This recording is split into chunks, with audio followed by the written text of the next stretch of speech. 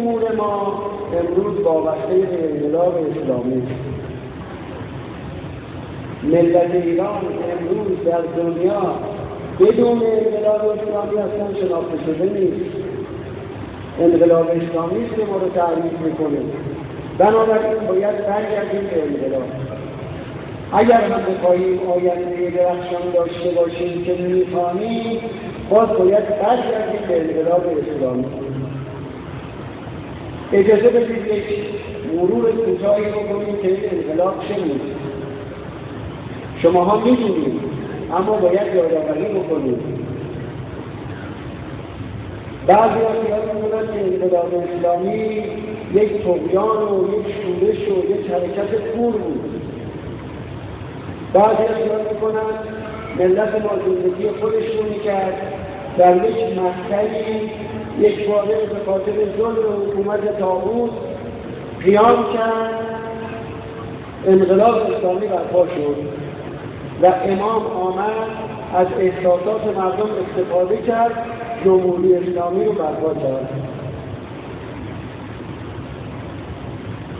بعضی‌ها اینجور تحلیل می‌کنند که عده‌ای برای کسب قدرت حرکت کردند، از احساسات مردم استفاده کردند، یک سلسله رو کنار زدند، حالا مناس یک سلسله حکومتی دیگری در این کشور برپا بشود.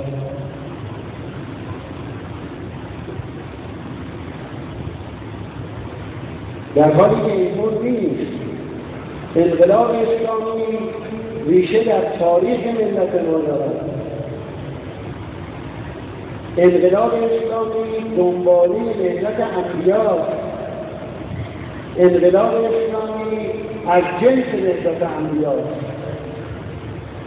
انقلاب اسلامی جنسش و استمرارش از جنس و استمرار ملت مسلمین است.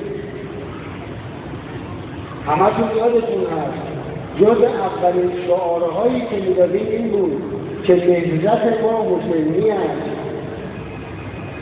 بعضی خیال می‌کنند که این شعارها رو عده شاعر یا عده ادیب نشستن در اتاق‌های دربسته سرودن.